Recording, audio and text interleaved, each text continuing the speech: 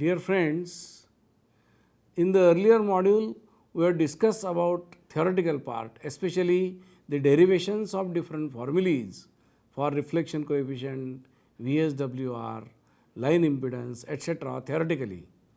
We can do the calculations of all these quantities by using formulae in an analytical manner.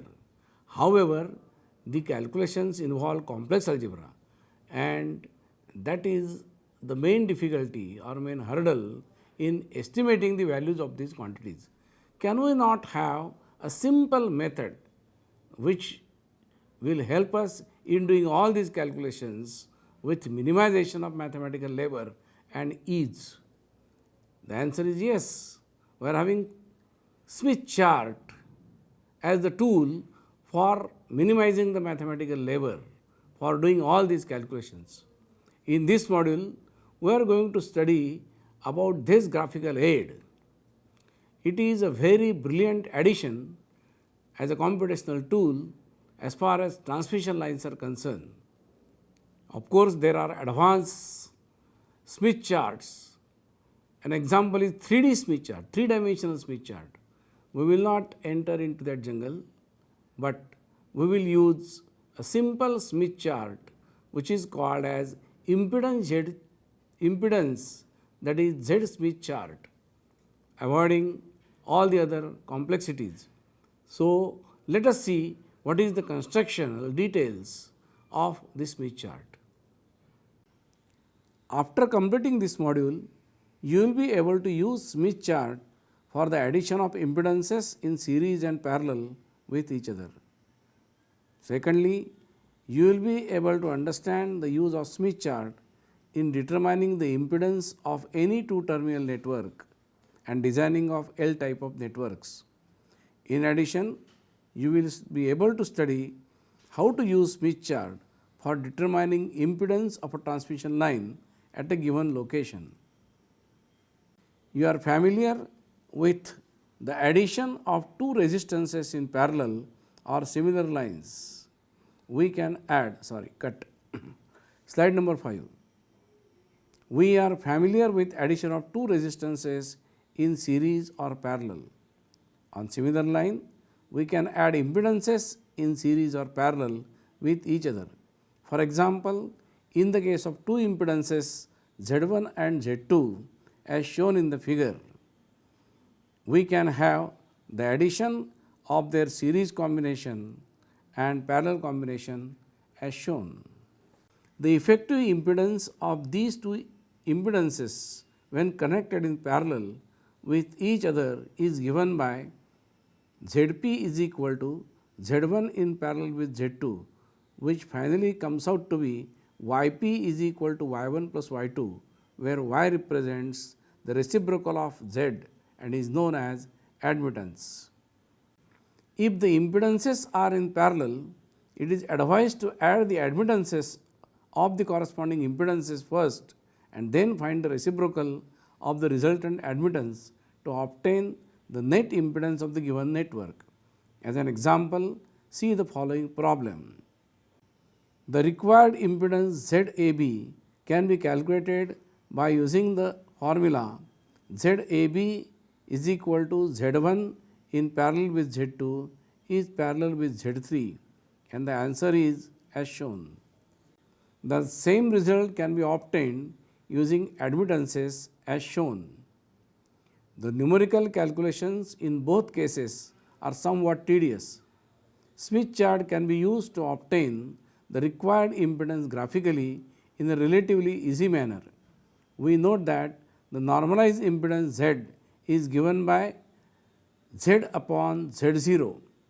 Then normalized admittance, which is the reciprocal of normalized impedance, can be estimated as shown. With this, we obtain YAB is equal to Y1 plus Y2 plus Y3, which is finally the characteristic impedance Z0 multiplied by the reciprocal of YAB. The characteristic impedance Z0 when divided by the sum of the normalized admittances gives the required impedance ZAB. The term characteristic impedance is used in connection with transmission line.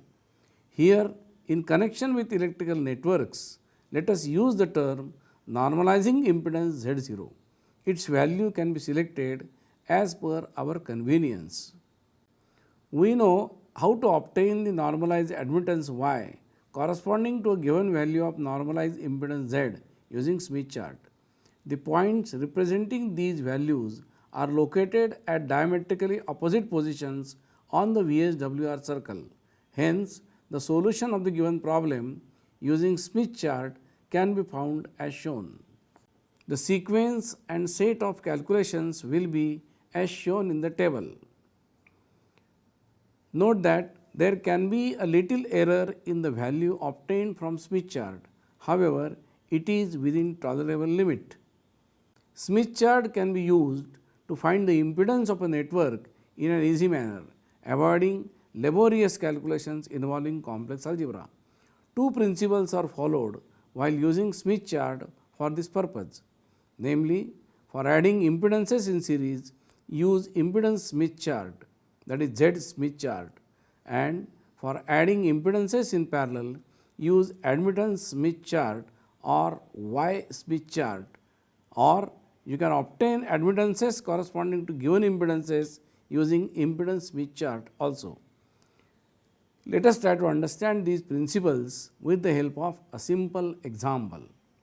Let us suppose that it is needed to add two normalized impedances Z1 is equal to R1 plus Jx1 and Z2 is equal to R2 plus Jx2.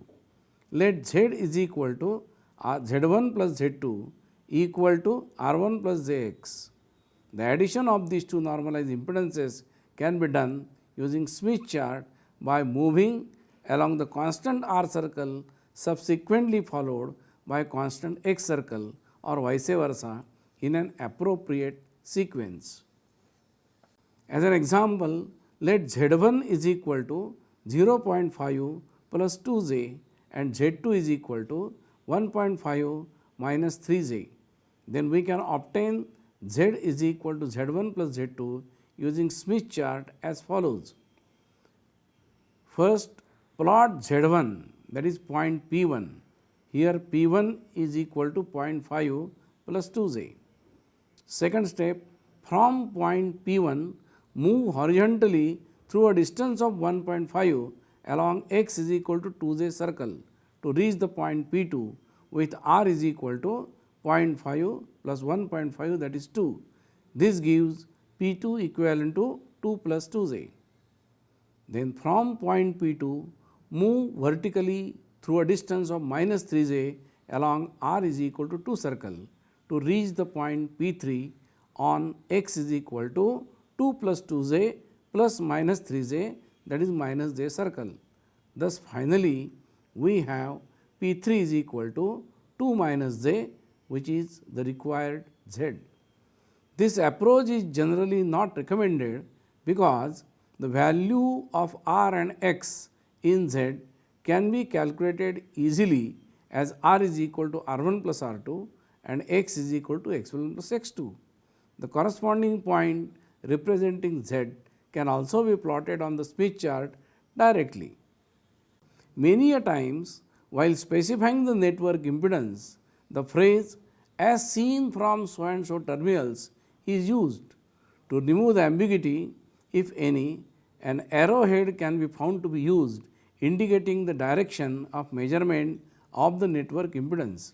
In this case, one can assume that the current enters the network from one of the two terminals referred in the phrase as seen from so and so terminals and comes out from the other terminals of the network referred to in the phrase as seen from so and so terminals.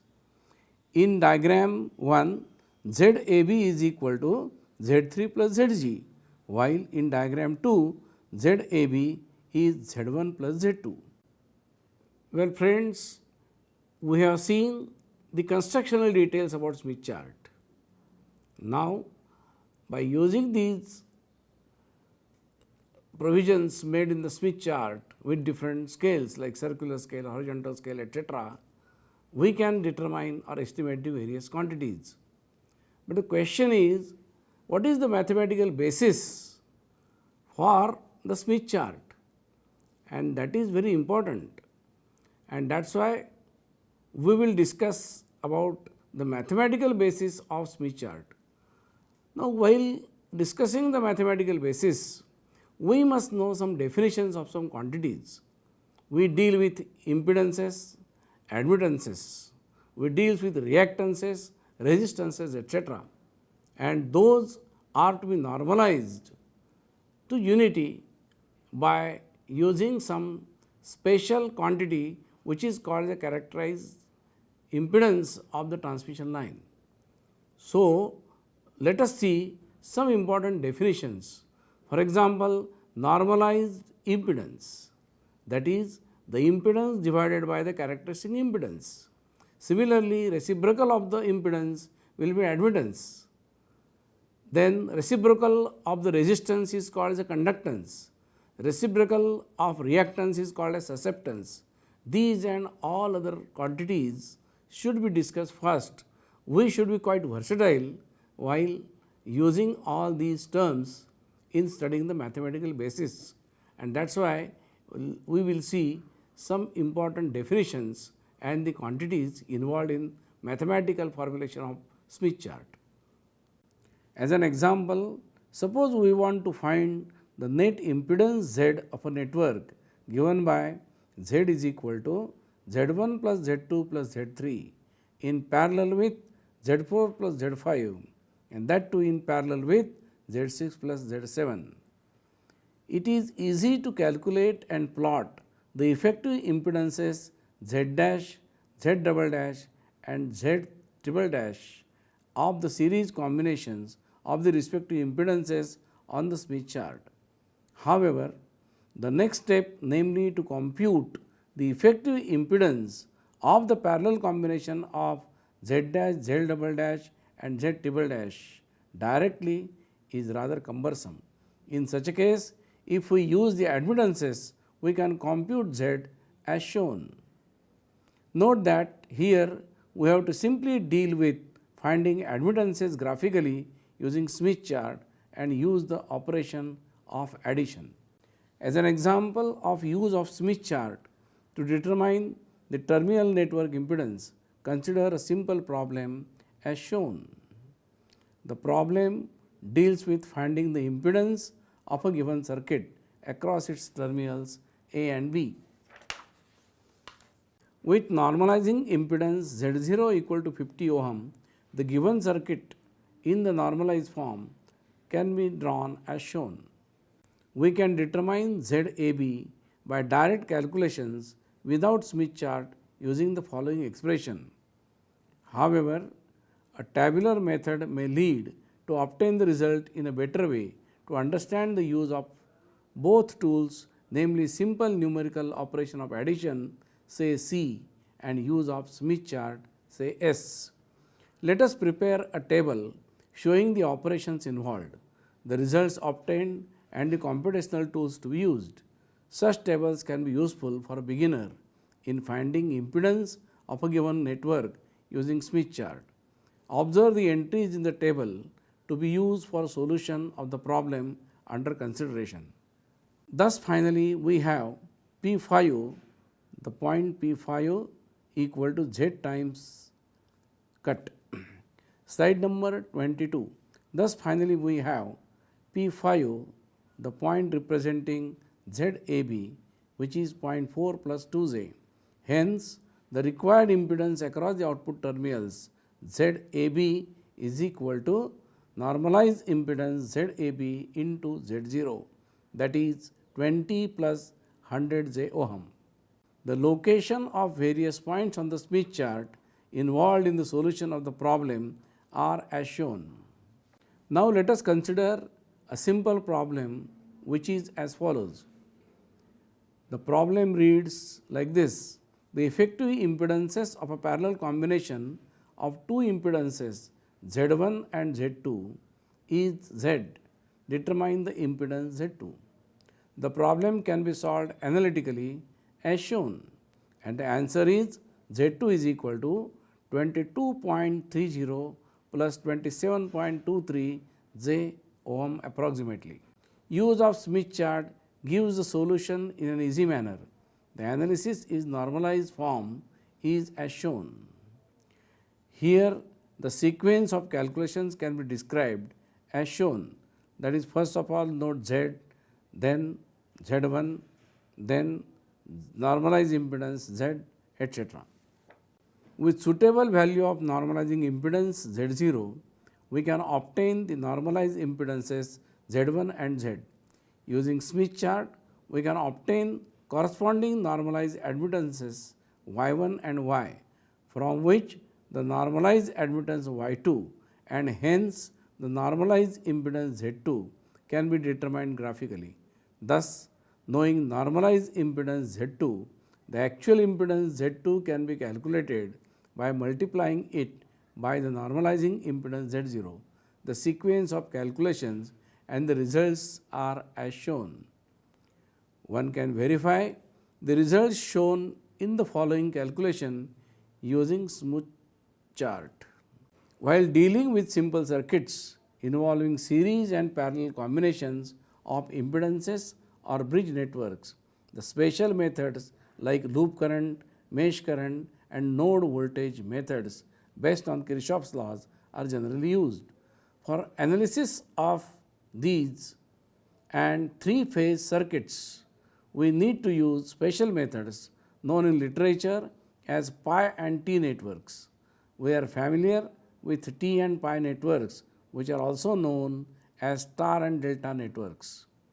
Use of reactive elements instead of resistive element is preferred because it avoids the loss of power.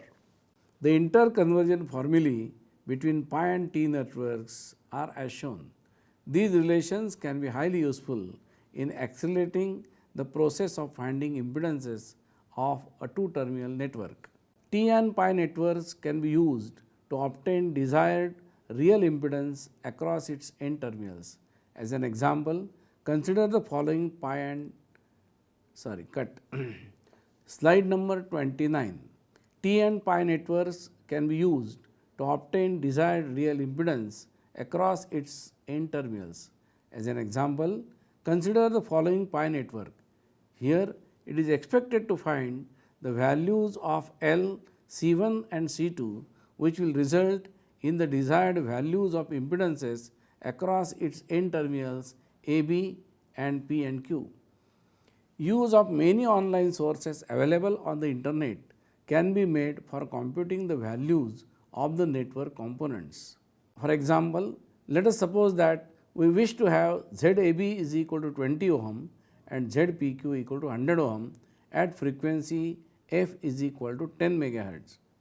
Then the reactive components will have the values as shown. At frequency f is equal to 10 megahertz, we obtain XC1 is equal to minus 4.56 J ohm, XC2, that is capacitive reactance of C2, as 14.26 J ohm. With these values, it can be verified that ZAB is equal to 20 ohm and ZPQ is equal to 100 ohm as desired. In designing of any passive reactive network, we need to find the values of network components, especially capacitance and inductance offering desired impedance.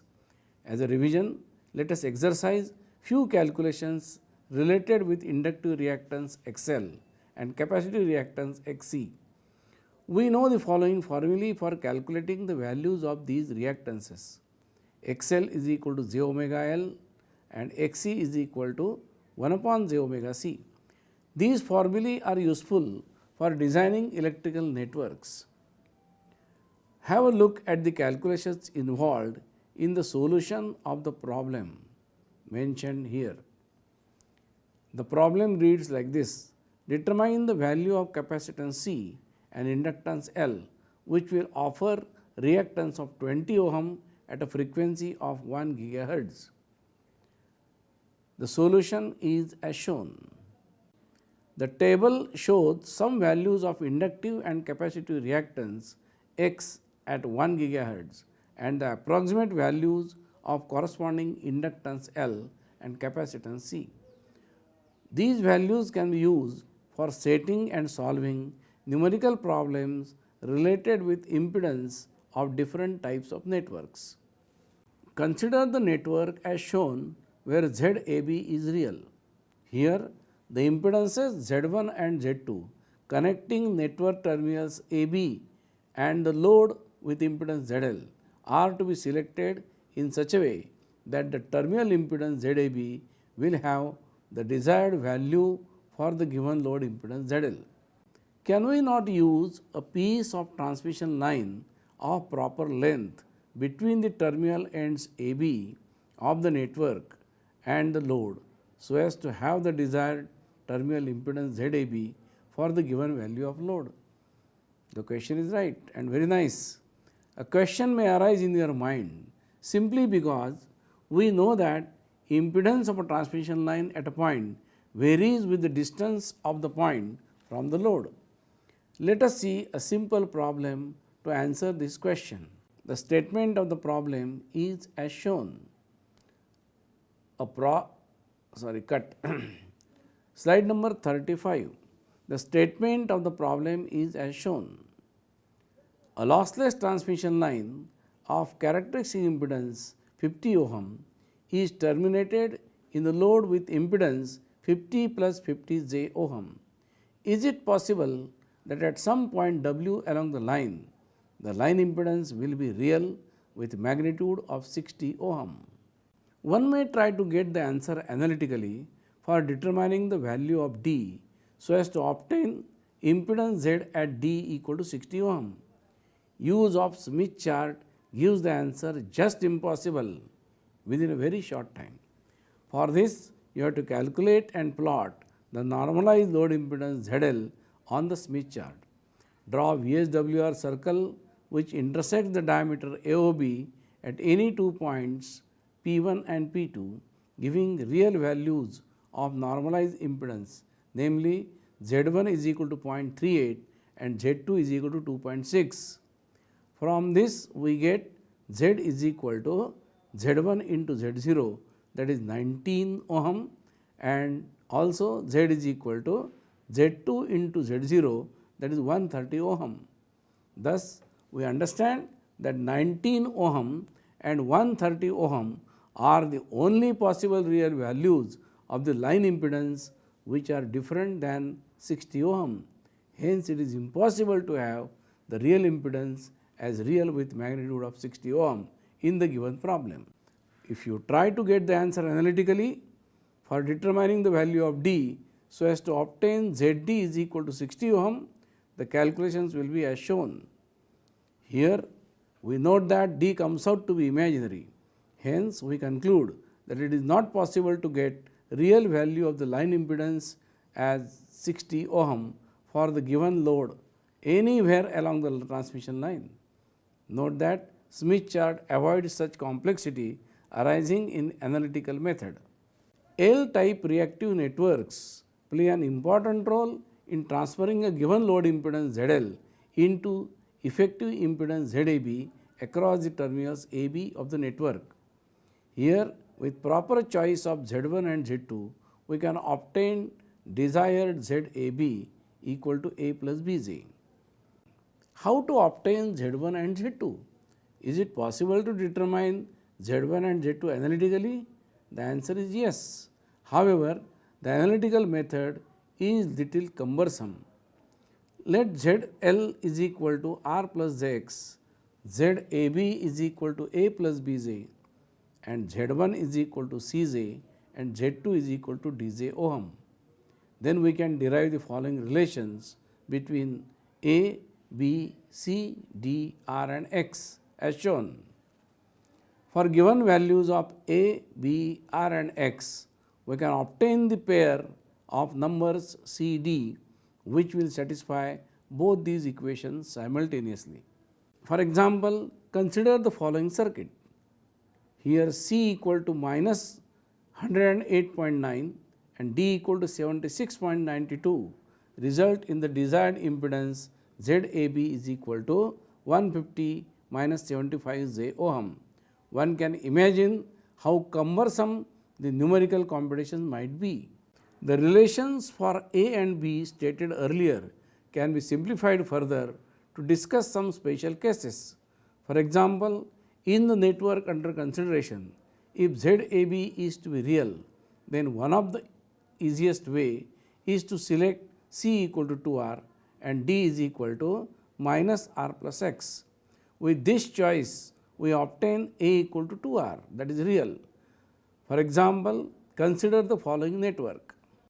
Here we get A equal to 200 ohm as ZAB. Let us discuss one more problem in connection with L-type network consisting of an inductor and a capacitor, which will give the impedance ZAB between the terminals A and B for the given value of load impedance ZL at a given frequency f as shown in the network. Here ZL and ZAB are given, Z1 is also given, and we are expected to determine Z2. Assuming normalizing impedance Z0 equal to 50 ohm, the various impedances can be computed as shown in the table. Note that Z2 is to be determined. With these values, the given circuit in the normalized impedance form will be as shown. Note the various admittances, their symbols and values involved in the solution of the problem under consideration. See the table for admittances. Using these values of normalized admittances shown in the table, the given circuit cut. Slide number 46. Using these values of normalized admittances shown in the table, the given circuit can be drawn as shown. From the circuit, we can write the main equation involving admittances as shown, namely Yt is equal to Y1 plus Y, with Y is equal to 1 upon Z and Z is equal to Z1 plus Z2. The sequence of calculations to be done then can be written as shown. As seen from the sequential operations, we understand that the solution of the problem under consideration involves many operations with admittances. We can show the calculations to be done in sequence in a tabular form. Thus, finally, we have Z2 is equal to minus 20 J ohm, which represents a capacitive reactance. With due consideration of given frequency of 1 gigahertz, one can calculate the value of this capacitance as 15.915 picofarad, while for Z1 is equal to 20 J ohm representing inductive reactance, we obtain the inductance value as 3.183 nanohenry. It be noted that we have seen how to find Z1, Z2, so that we will get the desired ZAB for a given load impedance ZL. The question is, can we design a network such that ZL and ZB are interchangeable? To answer this question, we should know about something more. Let us discuss about it in the next module. For the time being, let us have a stop here. Well friends, as a summary we can remember that Smith chart is a very powerful tool to graphically estimate various types of transmission line quantities such as reflection coefficient, transmission coefficient, VSWR, etc. Smith chart is generally impedance chart. However, when we use it as admittance chart, constant R circle becomes constant G circles. Constant X circles becomes constant susceptance circles, that is Y circles. The circular distance over a complete circle is lambda by 2. The impedance repeats at an interval of lambda by 2.